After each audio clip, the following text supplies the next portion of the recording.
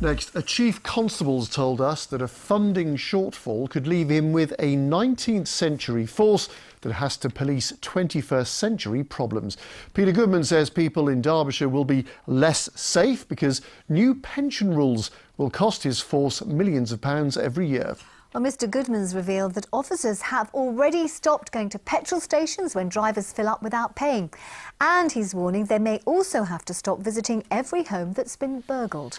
He's been speaking to our social affairs correspondent Jeremy Ball, who's with us now. So, Jeremy, why is he so worried? Well, Dominic, this is really about a big hit they weren't expecting that was announced in the Chancellor's budget. From next year, Derbyshire Police reckon their annual pensions bill is going to go up by more than £6 million. And, of course, that's on top of some big efficiency cuts over the last few years. So today, Peter Goodman told me that's going to mean 125 fewer officers in Derbyshire, and it'll scupper his plans for more neighbourhood patrols where PCSOs like Laura here already often go out on their own.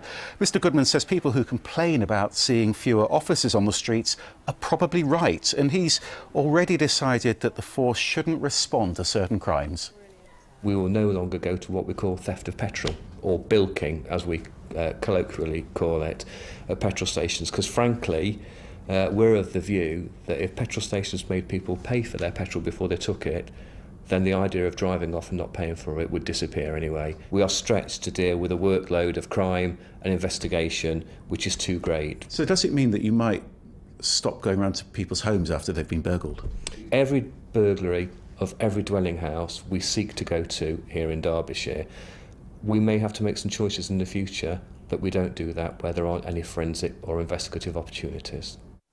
And how else does Peter Goodman think that this new pension bill could affect policing in Derbyshire? Well, he told me they'd certainly have to stop looking for some very serious emerging crimes, things like human trafficking, like child sexual exploitation. He's also worried that it could stop them tackling that recent rise in violent offences, everything from gangs to violence in night spots to domestic violence. We're an organisation that would shrink to below 1,600 officers for the first time since the 1970s.